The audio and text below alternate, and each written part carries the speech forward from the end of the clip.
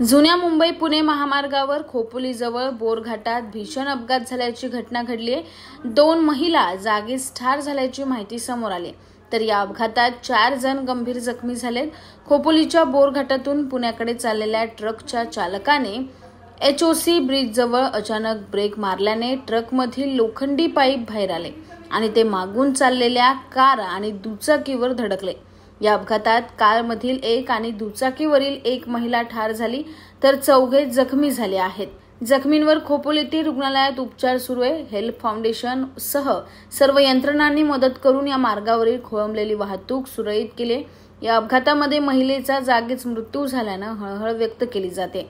या अपघातात 4 जण गंभीर जखमी झालेत। दरम्यान दिवसेंदिवस राज्यात अपघाताचे प्रमाण वाढत असल्याचे चित्र पाहायला मिळत आहे। अनेकदा चालकाच्या निष्काळजीपणामुळे देखील मोठे अपघात होत आहेत। अशा अपघातांमध्ये मृत्यूचे प्रमाण देखील वाढत आहे। त्यामुळे वाहन चालवताना प्रत्येकाने योग्य ती खबरदारी घेतली पाहिजे। अपघात टाळण्यासाठी आपलं वाहन योग्य पद्धतीने चालवले पाहिजे, नाहीतर धोका होण्याची दाट शक्यता असते।